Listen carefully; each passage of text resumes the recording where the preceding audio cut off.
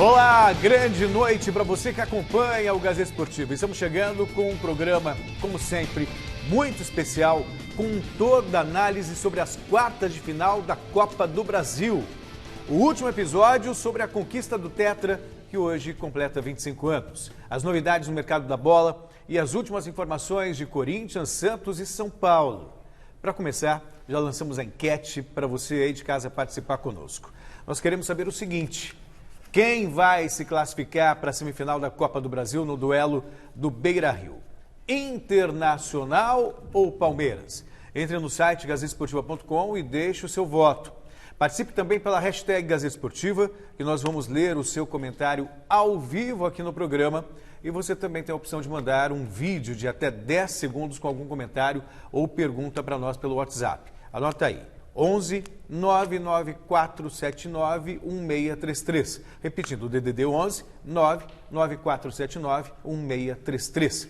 A gente sempre pede, claro, para você gravar com o celular deitado para a imagem ficar melhor, mas pode também provocar o Flávio Prado e gravar deitado, como aconteceu ontem, entendeu? Flávio, Garrafa, boa noite. Boa noite. E boa aí, noite, quem passa, Palmeiras ou Internacional? Palmeiras é favorito, né?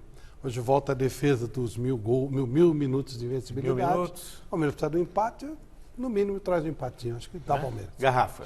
O próprio Filipão disse na abertura do programa que é um jogo extremamente difícil para o Palmeiras. Penso também dessa forma. No mata-mata tem o imponderável. Concordo com o Flávio, Palmeiras é favorito, mas não vejo nenhum absurdo o Inter vencer o jogo e a decisão ir para os pênaltis. Nos pênaltis acho que passa Inter. Sério? Palpite. Inter. Você sabe o que você está falando? É uma coisa assim, faz todo sentido. O Inter, nesse Campeonato Brasileiro, por exemplo, tem 100% de aproveitamento em casa. Venceu todos os jogos. Então é um duelo de alguém... Já o Palmeiras, nos últimos 17 jogos, só perdeu um fora. Pois é. Pro Inter. Mas foi só um. Bom, então participe aí. O Garrafa deu a opinião dele, o Flávio também.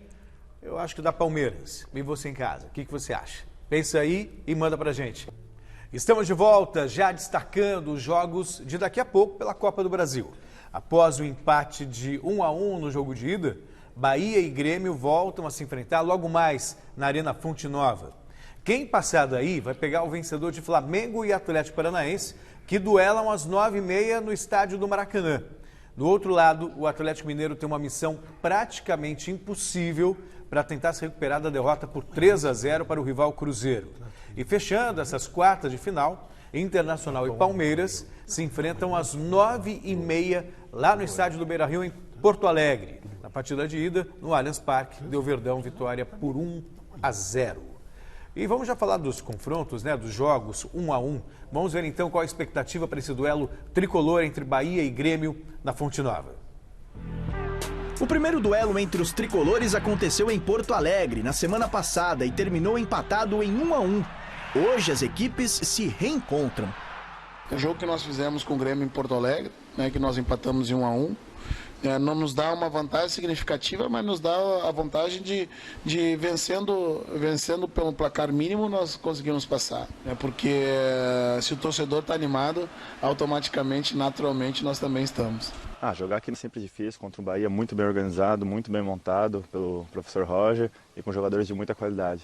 A gente espera ser um grande jogo, um grande espetáculo para todo mundo. Eu ganhei 4, mas eu perdi outras 15. Então, e todas elas têm um gosto amargo. Né? E essa decisão, eu espero que ela tenha um final feliz, marcando história na vida do clube, né? Com uma passagem inédita para uma próxima fase dessa competição que a gente tanto almeja. O Renato é um cara vitorioso, como jogador ele provou isso, ele tem não sei quantos títulos aí. Ele passa a experiência dele pra gente, passa tudo que ele sabe. Isso é muito importante. Tenho certeza que se ele não estivesse no Grêmio, a gente não tinha conquistado tudo que a gente conquistou. O provável Bahia deve entrar em campo com Douglas no gol, Nino Paraíba, Lucas Fonseca, Juninho e Moisés, Gregory, Elton, Arthur, Ramires e Elber. Na frente, Gilberto, o técnico é Roger Machado. Já o Grêmio entrará em campo com Paulo Vitor no gol, Leonardo, Jeromel, Kahneman e Bruno Cortez, Maicon, Matheus Henrique e Jean-Pierre. Na frente, Everton, Alisson e André. O técnico é Renato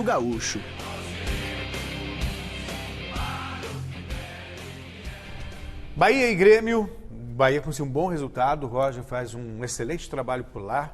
Favorito o Bahia, não é não? Ele só perdeu um jogo lá, que foi pro Santos no domingo, né? Mas é um jogo muito bom esse aí. Os dois times gostam de atacar, né? É legal. Dificilmente alguém vai ficar segurando o resultado.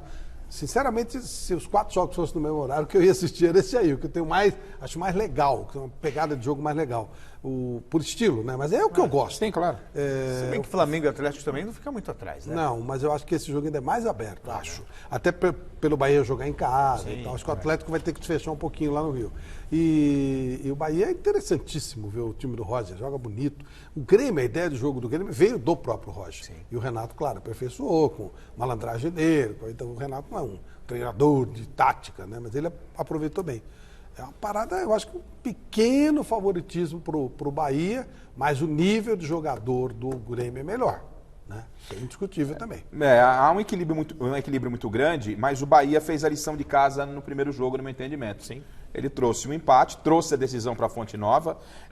O Bahia, claro, não está hoje em termos de elenco, comparando seus principais times do país, como Palmeiras e Flamengo, tem um elenco inferior, mas tem uma camisa muito pesada. Jogar na Fonte Nova é uma missão ingrata, né? O torcedor baiano, o torcedor do Bahia... Fonte Nova, né? Pituaçu, na Fonte Nova. Na Fonte Nova vai estar lotada. No Pituaçu, lotada, aquela atmosfera, é pedreira para o Grêmio. E o Grêmio não vem atravessando, não tem sido o Grêmio dos últimos momentos. Está buscando uma autoafirmação. Por tudo isso, se tivesse que apostar minhas fichas, apostaria no Bahia como ligeiro favorito. Acho que pode passar o Bahia sim.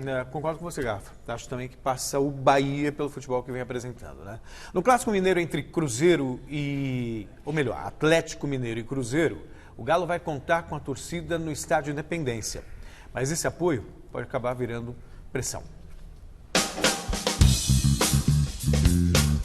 A quarta-feira vai ser de jogão lá nas Minas Gerais, mas olha, o dia não amanheceu nada bacana na capital mineira não, viu? A rua Pitangui, no entorno do Estádio Independência, que recebe o clássico de hoje, acordou assim, ó, com pichações e muito milho espalhado pelo chão. Clima tenso, que promete agitar o duelo entre Atlético e Cruzeiro. O Galo precisa reverter a derrota por 3-0 na ida, no Mineirão, vencendo a partida de logo mais por no mínimo 4 gols de diferença. Durante a semaninha, o técnico Rodrigo Santana fez mistério, mas a gente sabe que ele poupou os titulares no jogo contra a Chape pelo Brasileirão.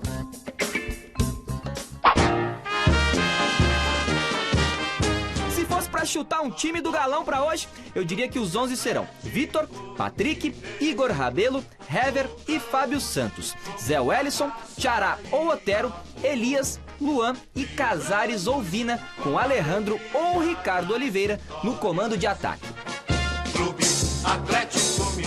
Vamos a tratar de fazer o melhor em campo.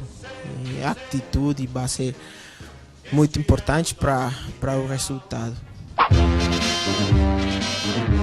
Já o Cruzeiro tá suave de boaça e tem tudo para ir a campo segurar a vantagem com Fábio, Lucas Romero, Dedé, Léo e Egídio, Henrique, Ariel Cabral, Robinho, Thiago Neves e Marquinhos Gabriel, Fred ou Pedro Rocha. Certamente nós vamos conseguir nosso objetivo, que é a classificação. Mas uma coisa que a gente sempre mantém também é os pés no chão. Sabemos que tem uma vantagem boa, mas não é nada garantido. Então nós temos que fazer um grande jogo para conquistar a nossa classificação. Claro que tem toda a rivalidade histórica, mas pelo time que tem e pela vantagem que tem, não dá para imaginar o Cruzeiro eliminado. É que a gente tem visto umas coisas, né, na Champions mesmo, Barcelona e Liverpool. Né? Não, tem vários jogos. A Roma eliminou o Barcelona. Tem acontecido as coisas assim. Então é bom a gente ficar esperto, mas eu entendo que o Atlético vai ganhar o jogo, mas 3-0 com o time do Mano Menezes é muito improvável. Pode acontecer, mas é muito improvável. Impossível não é. Não. Impossível não é. Eu acho que são duas camisas muito fortes, tem esse fator campo, mas o Cruzeiro fez mais do que a lição de casa e o Flávio lembrou bem aqui, no banco de reservas ele tem um técnico estrategista, um técnico que sabe jogar com resultado, tem um elenco qualificado, um elenco experiente. Se existisse bolsa de aposta aqui no futebol brasileiro, a chance de você ganhar muito dinheiro com pouco era cravar no Atlético. Não é? Porque o Cruzeiro está mais do que com uma mão na classificação. É o atual bicampeão na Copa do Brasil, inclusive. Bicampeão mesmo e com Mano. E não terá condição de ganhar o Campeonato Brasileiro, que ele ficou muito atrás. Então vai ter que apostar nessa Copa do Brasil de novo. Exatamente. Né? Bom, já no duelo rubro-negro entre Flamengo e Atlético Paranaense, o treinador da equipe carioca, o português Jorge Jesus, ganhou um desfalque de última hora. Bruno Henrique, sabe da grandeza que é vestir essa camisa, então não tem, domingo, porque a gente enfrentou o Goiás, a gente entrou mais relaxado, não tem isso aqui não, a gente joga como se fosse a final de Copa do Mundo a cada partida, a gente entra para dar o nosso melhor a cada partida, a cada treino que a gente vem aqui, a gente não se poupa não, a gente vem aqui e faz o nosso melhor para que a gente possa chegar no jogo e dar resultados, né? Então a gente sabe que obviamente é um jogo eliminatório, mas a gente se encara como se fosse uma outra final. A gente vai entrar lá, fazer aquilo que o professor entender que é a melhor opção tática, técnica e de entendimento de jogo, para que a gente possa chegar lá e sair classificado. Pude ajudar a equipe aí com o gol e espero nesse jogo de volta agora poder ajudar na defesa lá. A gente sabe da força do nosso adversário, principalmente jogando em casa, né? É uma equipe de muita tradição, respeitamos muito a equipe do Flamengo e vamos lá para fazer um jogo muito disputado, de muita determinação, com muitas emoções. Não vamos fugir das nossas características, vamos jogar nosso jogo que a gente vem sempre jogando para frente, um jogo bem objetivo, com muita velocidade, muita intensidade. Então contamos com a torcida do nosso torcedor aí para que a gente possa fazer um belo jogo lá e conquistar essa classificação.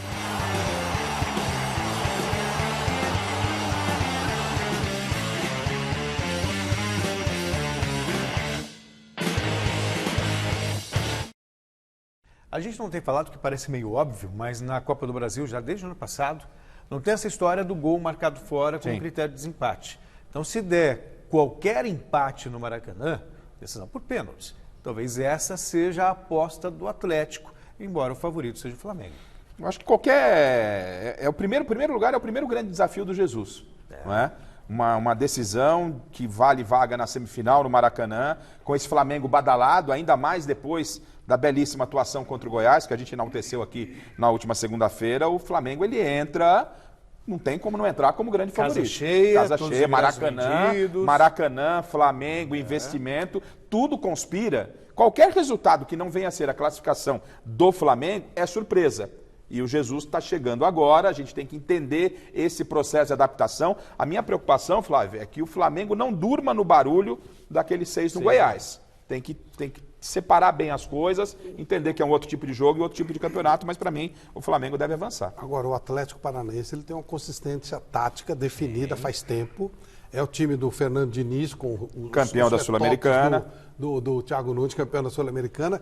E o Jorge Jesus chegou agora. Isso é uma coisa indiscutível. Então, por mais que ele tenha mexido com a cabeça dos caras e tal, em termos de consistência tática, o Atlético tem mais.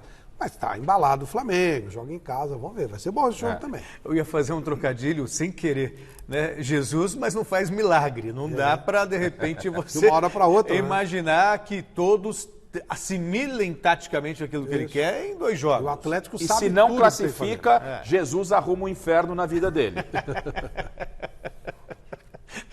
Também às 9h30, o Palmeiras encara o Internacional lá no Beira-Rio. E uma das armas de Felipão para seguir adiante na Copa do Brasil será apostar na dupla de zaga Luan e Gustavo Gomes, que conta com um retrospecto invejável. Veja com Adriano Dolfi. O último treino antes da viagem a Porto Alegre foi fechado à imprensa. Imagens apenas do aquecimento dos atletas e Felipão adotando o mistério para a partida de logo mais contra o Inter no Beira-Rio. Com a vitória no jogo de ida por 1-0, o Verdão se classifica com um empate. Por isso, a estratégia deve ser apostar no entrosamento, principalmente no setor defensivo. A dupla de zaga Luan e Gomes não sofre gols há mais de 1000 minutos. O goleiro Everton também está em grande fase, assim como a proteção da linha de zagueiros com Felipe Melo. O provável Palmeiras deverá ter o Everton no gol. Marcos Rocha, Luan, Gomes e Diogo Barbosa. Felipe Melo, Bruno Henrique e Lucas Lima. Dudu, Daverson e Zé Rafael. O técnico é Felipão. Transformando a lealdade em padrão. Sem dúvida, um timaço. Do outro lado, precisando da vitória para chegar no mínimo à disputa por pênaltis, o técnico do Inter, Odair Hellmann, vai promover pelo menos uma alteração no time. Assim como o Palmeiras, o Inter liberou imagens somente de uma parte do treinamento de ontem. Mas o que deu para ver nesses poucos minutos foi a entrada do D'Alessandro no time titular no lugar do garoto Nonato.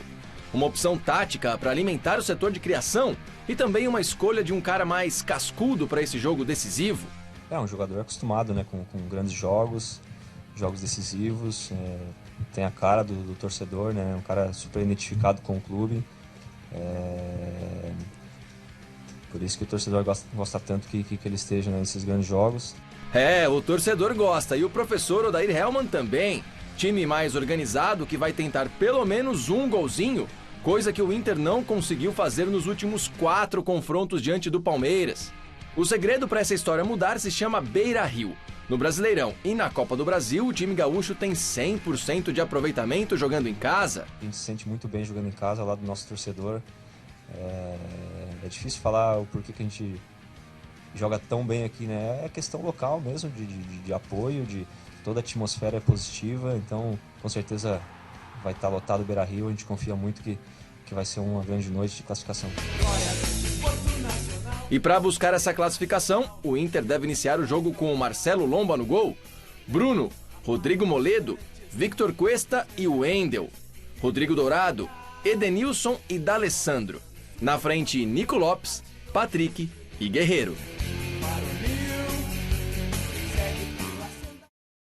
Time por time não velho nesse jogo, hein? E time por time não dá pra comparar, né? Não dá, mas tudo malaco velho, né? Nossa Senhora, os caras que...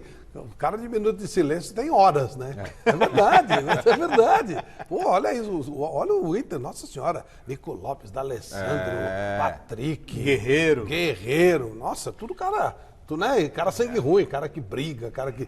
Vai ser acostumado esse jogo vai ser uma parada, vai ferver. Agora, o Palmeiras tem uma consistência defensiva excelente, mete a bola longa, vai jogar no jeitinho que o Palmeiras gosta.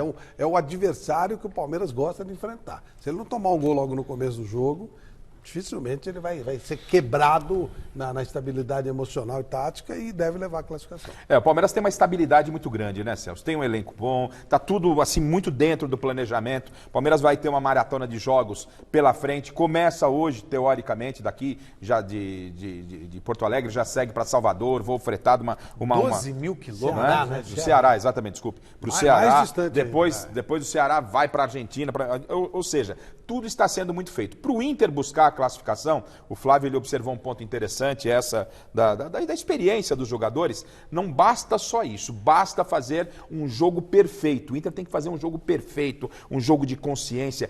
Tipo assim, a oportunidade surgiu, tem que guardar. O Palmeiras é um time muito estável. Então, se fizer um jogo perfeito, aproveitar a atmosfera, pode sim sair com a classificação. É aquele jogo que é muito difícil de você conseguir o acesso. Né, de você conseguir Teve oportunidade. Você teve oportunidade, não dá para jogar fora. Por isso que eu falei, ele vai ter que fazer um gol logo, o Inter, se ele fizer alguma coisa.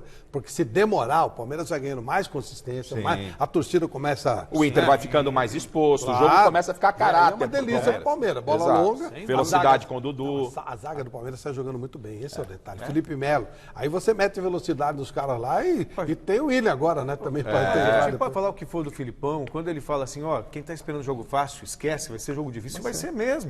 Olha o retrospecto do Inter jogar no estádio do Beira-Rio, 100% de aproveitamento. Gente. Agora, é o que a gente fala, não é um resultado improvável o Inter vencer o jogo. 1-0. Venceu o jogo. Aí, meu amigo, vai pra pênalti, a loteria. Claro, tem a competência do jogador, do goleiro e tal, mas enfim, não será surpresa se de repente o Inter avançar. Mas vai ter que fazer o tal do jogo perfeito.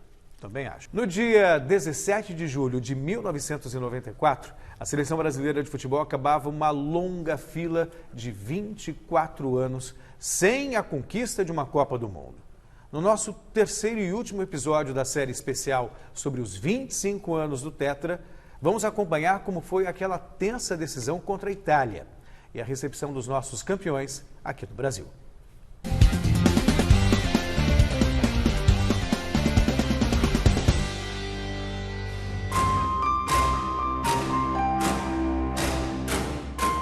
O futebol italiano tem que ser respeitado sempre. Baggio, Baresi, Donadoni, que eu cheguei a trabalhar nos Estados Unidos com ele, que jogador maravilhoso, mano. Bom, e outros jogadores, Albertini, Maldini, era um timaço, mano. 2 camisas de muito peso numa final. Então, foi um jogo difícil? Foi. Porque se você errar, você não está perdendo um jogo, você está perdendo a Copa, mano. Que nós vimos há 24 anos sem ganhar. Não podíamos errar. E jogaram respeitando o Brasil. Tem umas fotos aí que a gente usa como estudo tático. Era sempre 10 jogadores atrás da linha da bola. É complicado, mano. Você não pode ir para o suicídio, mano. Pela qualidade das equipes, se defender e tal. Por isso não foi um jogo de muitas chances, mano. A final contra a Itália, eu achei até que o Brasil poderia ter jogado melhor. Acho que nós jogamos mal, não jogamos uma grande partida na final. Diferente das outras partidas anteriores, contra a Holanda, né, contra os Estados Unidos. Foram partidas difíceis, mas o Brasil jogou bem. Na final, acho que a seleção não fez uma grande partida. Tanto é que foi para os pênaltis. A gente tinha uma ideia de quem seriam os cobradores. Então definimos um grupo. Só que com final, 90 minutos, prorrogação, substituição, aquele grupo foi desfeito, mano. Dos 5 iniciais, eu acho que só o Dunga e o Márcio permaneceram. Foi a vitória mais marcante da minha carreira, né? Um reconhecimento que, se hoje ainda, né, existe nas ruas, no torcedor, é essa lembrança que vem, né, da conquista do teto, justamente pela expectativa dos 24 anos, pela forma como a gente venceu, pelo apoio que o torcedor nos deu. Ela foi bastante marcante, né? Tanto é que depois se ganhou em 2002, tudo. Mas essa vitória realmente ela marcou em cada um de nós, jogadores presentes lá, comissão, porque foi uma vitória conquistada com trabalho, que tem que ser sempre feito, mas acima de tudo foi com um grupo realmente que se uniu, sabendo da dificuldade que a gente vinha enfrentando nas eliminatórias e tudo mais. Então essa vitória ela teve um contexto muito grande e por isso ela ficou marcante, né?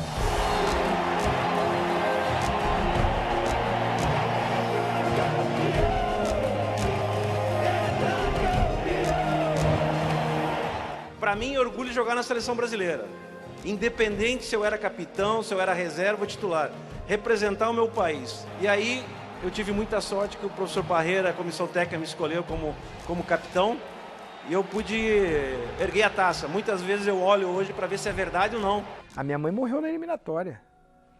Na época da eliminatória, no jogo contra o Uruguai. Minha mãe faleceu naquele jogo. Em 70, lá, quando o Brasil foi campeão do mundo, eu tinha 3 anos de idade e me perdi na comemoração.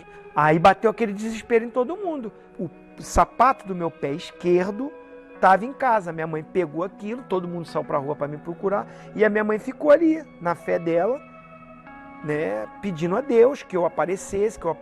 E ela, dizem, né, e ela falou para mim que realmente ela falava: um dia eu ainda vou ver meu filho jogando na seleção brasileira.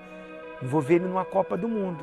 Então, cara, a Copa do Mundo para mim virou um prazer, um orgulho de uma mãe que, pô, me ajudou a minha história toda, que profetizou lá atrás, que acreditou e que, pô, ela estava comigo ali na Copa. Me perguntaram logo após a entrevista de imprensa: e agora? Agora? Qual é a sensação de alívio? Acabou. Não é isso aí, mais nada. Não falei mais nada. Não tem nada que falar. Alívio. Acabou. Tira um peso das costas. Os campeões do século chegaram na última terça-feira e foram recebidos com todas as glórias pelo povo brasileiro, acolhidos por cerca de 1 milhão de pessoas. Eu só fui chorar quando nós chegamos aqui no Brasil, no avião, que o comandante falou: vou baixar o máximo que eu puder. Foi em Recife, para vocês verem que tinha de gente lá embaixo. Então ele baixou, quando a gente viu aquela multidão, foi a primeira vez que eu chorei. O jogador Romário, o rei da Copa, repetindo o gesto de Recife e também de Brasília, com toda a força, meio corpo para fora do avião, ele agita a bandeira verde e amarela. A recompensa vem agora. Eu estava no carro ali, aí baixei o vidro, o cara do táxi, o melhor técnico da seleção brasileira. Fui aí fazer uma compra no Carrefour, aqui meu filho, esse é o técnico da seleção brasileira. A recompensa vem agora, depois de 25 anos. As pessoas reconhecerem o título, da importância de ser campeão do mundo.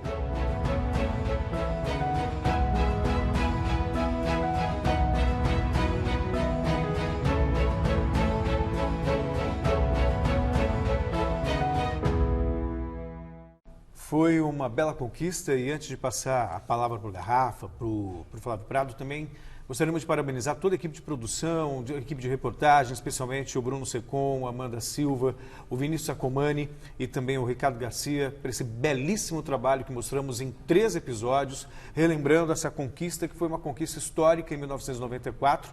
O Brasil vivia um jejum de 24 anos sem um título mundial, o que acabou acontecendo nessa final contra a Itália. Garrafa e Flávio. Acho que hoje, em meio toda essa tecnologia, né, tudo é muito rápido, é foto aqui, você nem começa o programa, a gente já está entrando no ar através de redes sociais, e isso é super normal e faz parte da nossa vida, mas a história, ela fica para quem faz história, não é? E que isso sirva para esses jogadores que vivem hoje esse momento, né? Que se apeguem um pouco à história, que olhem um pouquinho para trás. Depois de 25 anos, uma seleção que venceu uma Copa do Mundo e que na oportunidade foi até contestada por muita gente, muito né? Não se jogava, talvez, o futebol que se esperava tanto de uma seleção brasileira, mas 25 anos depois ela é lembrada e vai ter que ser lembrada, porque é a história contada. Não importa se de repente não atingiu tudo aquilo que se esperava, mas o nome dos caras estão na história. Então hoje, às vezes a gente pega as pessoas, campeões, né? A gente pega as pessoas por aí hoje envolvido muito em redes sociais, tal, e não esquece mesmo de fazer um papo. Hoje a gente ficou lá na redação, numa conversa lá, mas a gente estava interagindo. A gente estava interagindo. Conversa pra lá. Não é essa conversa, seu Flávio, o senhor não tinha chegado ainda. Eu acompanhei de ponta a ponta essa seleção. Alguns aspectos a serem colocados. Primeiro, não se desmerece título. Não, quem claro ganhou, que não. ganhou. Agora, era uma seleção muito mala, muito chata. Opa. Os caras malas demais. A partir de 90, esse grupo é o grupo de 90, o relacionamento imprensa-torcedor, porque eu não tenho interesse em falar com o jogador. Nosso trabalho é passar aquilo que o cara fala para... intermediando isso, né?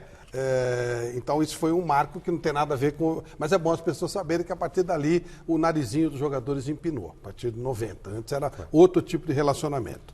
Há um outro aspecto a ser colocado, que foi o futebol feio que a seleção jogou e que passou para a gente, mal entendida na história, que o futebol bonito não podia ganhar. Porque 82 é uma seleção muito mais brilhante do que essa. Infinitamente. Não venceu. Infinitamente. Perdeu até para a própria Itália. Isso gerou aqui no Brasil essa filosofia hoje de futebol feio, defensivo, uma coisa horrorosa que a gente vê em campo. Então isso é um marco que tem que ser colocado. Agora, especificamente naquele momento, o Parreira fez um trabalho inteligente. Ele não poderia arriscar, ele tinha só aquela bola para fazer. E ele não tinha talentos, só tinha o Romário que fazia gol e tal, e não podia contar com o Romário, porque o Romário era irresponsável, levava uma mulher para concentração e tal. Então ele usou o que ele tinha. Mas isso foi mal entendido, subentendeu-se que ele estava gerando um modelo de jogo que, infelizmente, muita gente usa até hoje. Esse não é o modelo de jogo do Brasil. O modelo de jogo é de 82, que, infelizmente, perdeu. Está na hora de virar o fio, né? São 25 anos de engano, nós estamos mostrando uma coisa que não é nossa e piorando a qualidade do nosso futebol. Tem total razão, Flávio. Bom, chegou a hora do nosso giro de notícias. Pode soltar a vinheta aí, Rodolfo. E nós começamos atualizando as informações sobre o Birubiru. Dissemos ontem que o atleta do Botafogo teve uma parada cardíaca durante o treino. Passado o susto inicial, os médicos revelaram que, na verdade, o Birubiru teve uma síncope, que é a perda de consciência momentânea, muito provavelmente provocada por um problema cardiovascular. Mas o diagnóstico ainda não está fechado. O atleta foi internado numa clínica da zona sul do Rio de Janeiro e pode ter alta já nesta quinta. Porém, ficar afastado por pelo menos 15 dias, prazo estipulado para a realização de novos exames. Birubiru passou por uma cirurgia no ano passado para tratar de uma arritmia. E tem um histórico também, que ele já teve esse problema no São Paulo, teve na China, desmaiou e ele tinha muito medo, inclusive, de treinar e de jogar por causa disso. Dificilmente ele vai voltar a jogar futebol. Claro que a gente espera que isso não ocorra, porque é o trabalho dele, né? Mas a vida dele é mais importante. Acho muito difícil que algum médico assine um aval para que ele continue jogando. Mas tomara que aconteça melhor. Às vezes um problema desse muda a vida do cara e tal. Mas pesado. E num prazo curto aí, 2 casos, né? O Adilson no Atlético e agora o Birubiru aí também sendo observado. Vamos torcer, como disse o Flávio, para que tudo se encaminhe melhor. Acho que o melhor é a descoberta do problema. Acho que essa é a solução. E depois tratar. No mercado da bola surgiu a informação de que o Fluminense estaria perto de repatriar o atacante Wellington Nem, que está no Shakhtar Donetsk. O clube ucraniano já teria inclusive liberado o atleta para viajar ao Brasil para fechar empréstimo até o final do ano. Outro ex-jogador do Fluminense que ganhou destaque hoje no noticiário esportivo foi o goleiro Fernando Henrique. Aos 35 anos, o guarda-metas, como diria Jesus, rescindiu o contrato com o Ceará e deve seguir para o CRB. Alguma coisa para falar sobre o Wellington Nem? O Wellington Nem teve uma boa participação no Fluminense. Depois, quando veio no São Paulo, já sabe o que o boleiro fala, entre aspas? Roubou. Nada, zero. Se ele jogar o que ele jogou no São Paulo, o Fluminense vai se ferrar completamente e trazer ele de volta. Horroroso no São Paulo, horroroso. O Fernando Diniz vai ter que se virar com tudo isso, né? O Fernando disse que gosta de trabalhar com esses desafios, né? Não, ele falou isso daí, falou, eu trabalho, pode trazer, traz o problema para mim que eu resolvo. Você conhece o Fernando mais que eu, né? E atendendo a pedidos, né? Ficamos sabendo que o Flávio vinha para o programa, agora há pouco tempo. Aí, atendendo a pedidos, decidimos colocar umas informações sobre o Neymar Júnior. Vai começar a oração, Flávio Prado. Segundo o jornal espanhol Mundo Deportivo, o futuro do brasileiro pode não ser necessariamente em Barcelona. Claro. Determinado a deixar o Paris Saint-Germain, o que foi confirmado pelo técnico Thomas Tuchel, Neymar teria se oferecido também ao Real Madrid, à Juventus, ao Bayern de Munique e ao Manchester United. Ao Ibis. Como a janela de transferências na maioria dos países europeus fecha só no dia 2 de setembro, essa novela ainda deve se estender por algum tempo. Não, o Marco é uma piada, né? Você imagina o Neymar. Alô? Bateu aí. O Neymar. Será que dá pra jogar aí, fazer com a chuteirinha de Maravilha? Que nem ele fez no jogo amistoso lá. Quando eu conheci ele, que isso não esteja acontecendo? E por enquanto ele vai jogar. E por enquanto ele vai jogar onde? Viu?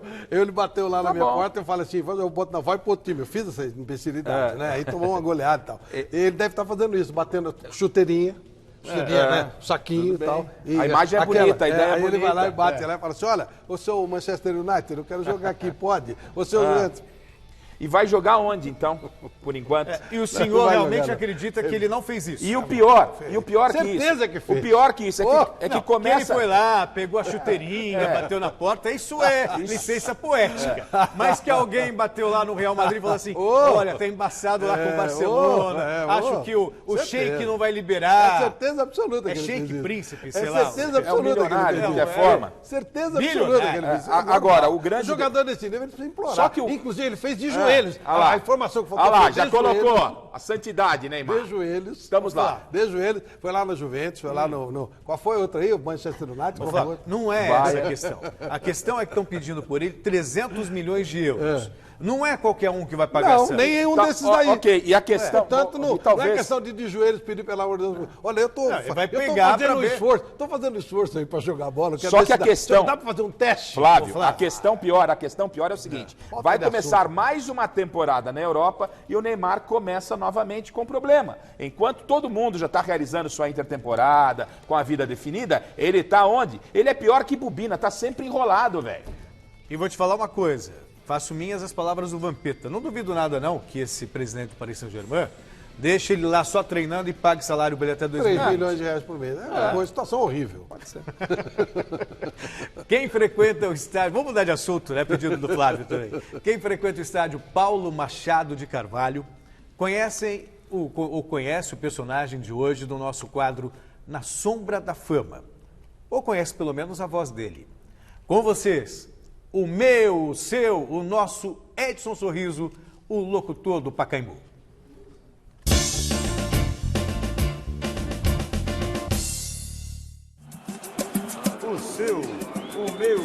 o nosso Pacaembu.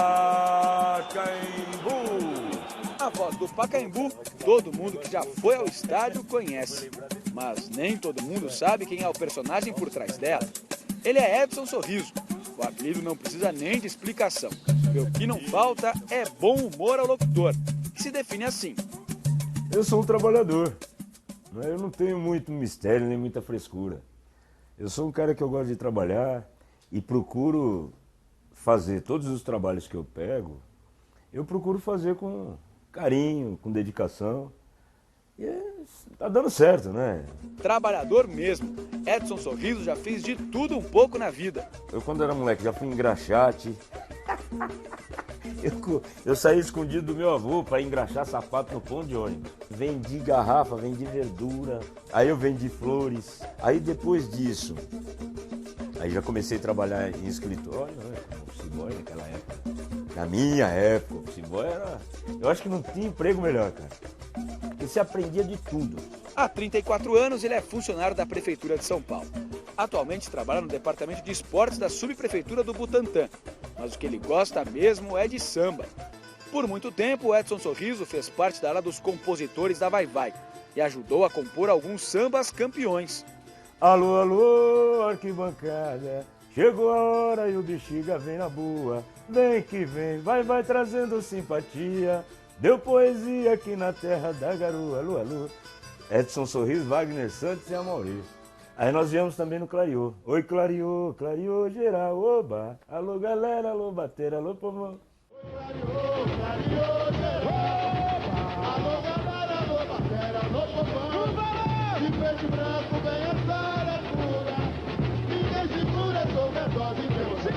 Samba e futebol, historicamente, sempre conviveram lado a lado. Mas não teve nenhuma influência no fato de Edson Sorriso ter virado locutor do Pacaembu. Foi um improviso que acabou dando certo, eu acho. Na época de jogo, eu fazia vistoria do anel do Pacaembu. Eu ia chegando a hora do jogo e não tinha ninguém para falar. De tantos que fizeram o teste aí e tal. Aí o Alessio Gamberini, que era o diretor na época, falou: Neguinho, sobe lá para fazer o jogo. Eu falei: o quê? Todo mundo fez teste, Alessio. Eu vou subir lá para quê, rapaz? Você tá maluco, vou nada. Sobe lá, não tem ninguém para fazer o jogo, vai lá. Aí toca, eu subi aqui para a cabine. O microfone ficava assim, né? Aí foi ficando, tô aí. Brasileirão Feminino 2019. O estádio é Paulo Machado de Carvalho. O seu, o meu, o nosso Pacaembu. Edson Sorriso tomou conta da cabine de locução do estádio e foi criando seus slogans, seus bordões. Com essas frases, eu peguei e falei: vou colocar esse bordão no meio, né? Aí eu coloquei o seu, eu falei: pô, mas o meu tá muito prepotente, né? Eu falei: meu, é nosso, né? Aí eu comecei: o seu, o meu, porque primeiro o seu, depois o meu, depois o nosso. Não, né? Aí eu inverti a coisa e comecei a falar aqui no Pacaembu. Eu até criei uma frase nesse período, porque era muita briga, cara, muita briga. E eu falei pro pessoal, poxa, torça, vibre, respeite o seu oponente, veja-o como seu semelhante. Afinal, o objetivo é o mesmo, é a alegria de torcer. Mas na racionalidade da vida, a paixão é pelo futebol, o amor é pela vida, velho. Né? E comecei a falar isso direto, porque era muita briga, cara. Assim ele conquistou o coração dos torcedores de todos os times grandes de São Paulo, que eventualmente mandam seus jogos no Pacaembu. Até por causa disso, ele não quer ficar mal com nenhuma das torcidas. Que time você torce? Eu sou sambista. Pra mim não tem bandeira, eu vou lá e canto em qualquer escola. Mas ele fala a verdade. Edson Sorriso é muito mais samba do que futebol. Tanto que o Pacaembu virou tema de mais uma música feita por ele. Pacaembu é seu, Pacaembu é meu, é nosso.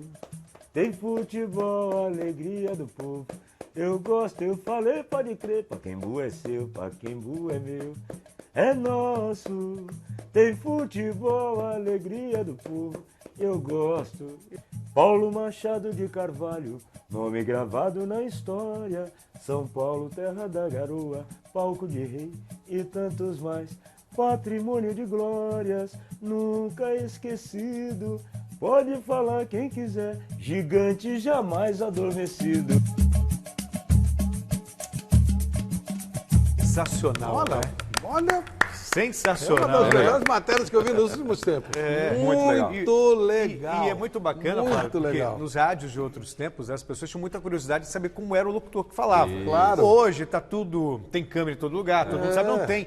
Agora, para o locutor do Pacaembu tem também essa novidade de querer quem é essa voz que dá o placar, Baita que voz, fala né? tudo. Baita Voz voz. maravilhosa. E um que ainda detalhe, né, canta Celso? maravilhosamente bem.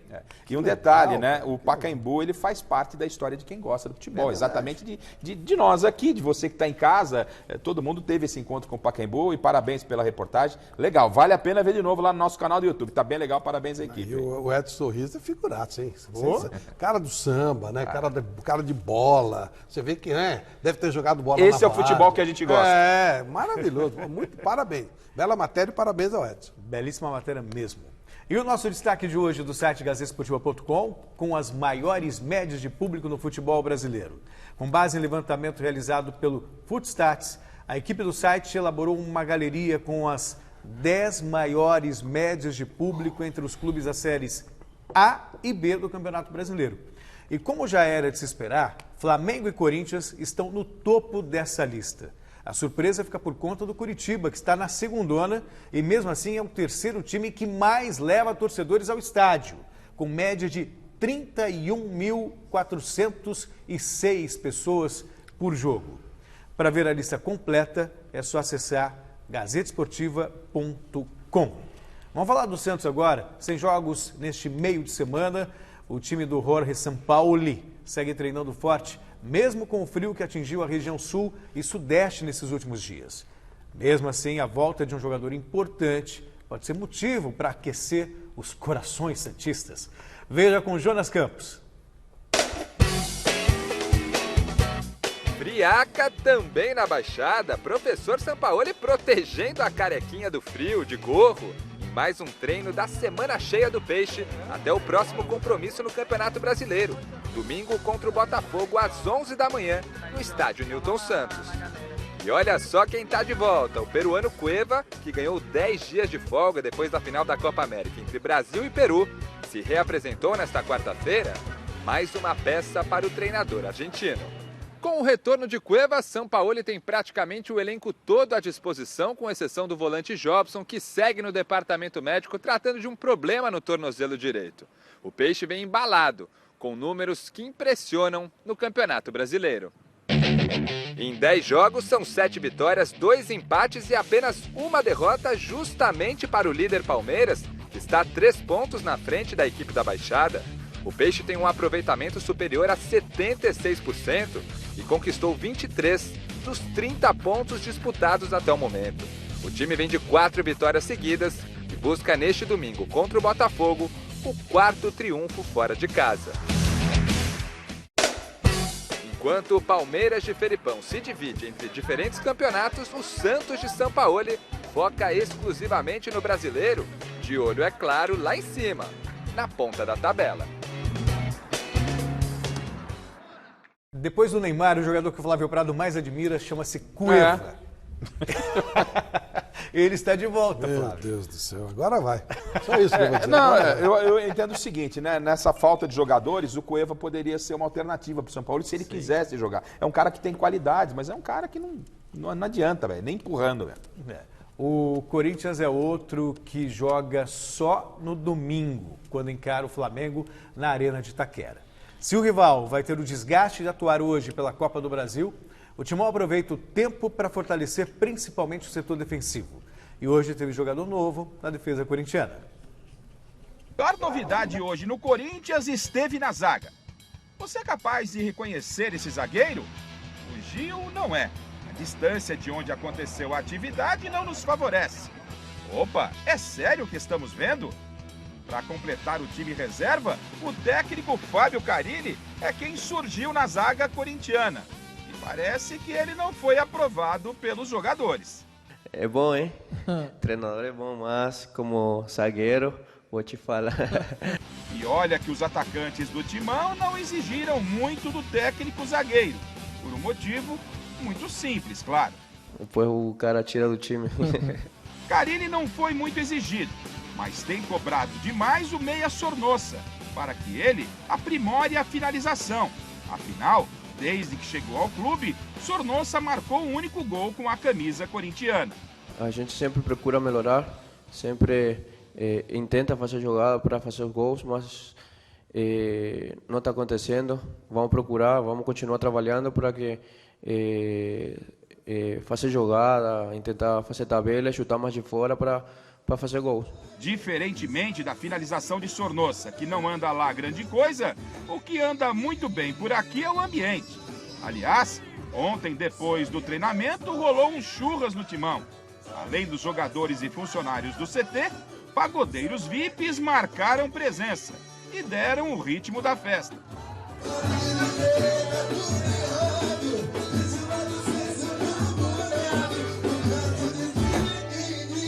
Ninguém estava comemorando, a gente estava em família, porque nosso grupo é uma família, todos os trabalhadores do clube estavam, o presidente, todo mundo, estávamos falando do time, inclusivemente, mas é uma coisa que tem que ser feito.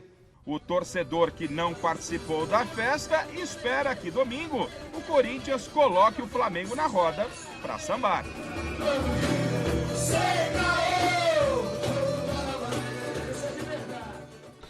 Isso ajuda sim, viu? Claro que ajuda. Sim. Poxa, essa coisa, se tiver um ambiente favorável de trabalho, ajuda demais. Mudou um pouquinho, né? Há uns 10 anos atrás, o churrasco dos caras era meio diferente. Hoje tinha um monte de homem com celular filmando os pagodeiros. Mas tudo bem, mudou. O churrasco antigamente era diferente, né, Flávio? Era um pouco mais agitado. Mais agitado. E o Corinthians tem esse compromisso contra o Flamengo e o Sornosa está sendo cobrado mesmo pelo Carille. É o cara que poderia dar aquela criação ao time, além de criar um cara para chegar mais à frente e fazer gols. Tem gente que tem falado que se colocar um sofá em campo, o Sornosa dorme. Não sei se é um exagero, eu acho que é um exagero, até porque ele Sornosa estão falando. É o jogador que mais assistências dá nesse time do Corinthians. Mas se esperava um pouco mais dele, né, Celso? Isso é verdade. Do São Paulo, a quarta-feira foi de jogo treino para os reservas e novidades para os titulares. Vinícius Rodrigues tem as informações do Tricolor. Olá, o São Paulo treinou hoje na tarde desta quarta-feira sob muito frio. Em um dos campos, o Tricolor realizou um jogo-treino contra o Votoporanguense. Nesta atividade, o técnico Cuca pôde observar os jogadores reservas da equipe e muitos atletas das categorias de base. O São Paulo que venceu a equipe do interior paulista por 2-0, um dos gols marcados pelo Vitor Bueno. Outro destaque dessa equipe reserva do São Paulo que atuou no jogo-treino foi o goleiro Jean, que trabalhou muito bem e foi bastante acionado durante toda a atividade. Se os reservas fizeram um jogo-treino, no outro campo os ditos titulares fizeram um trabalho com bola. Entre as novidades está o meio-campista Tietê, ele que ontem não participou das atividades, pois sentiu um problema físico, hoje trabalhou normalmente, assim como o Raniel, que foi testado na equipe titular justamente para a vaga do atacante Pablo, o Pablo que se lesionou e para por um mês. Com isso, para o próximo jogo do São Paulo contra a Chapecoense, Raniel deve ser a principal novidade do técnico Cuca para a disputa do Campeonato Brasileiro. Do CT da Barra Funda, com as informações do São Paulo, Vinícius Rodrigues para o Gazeta Esportiva.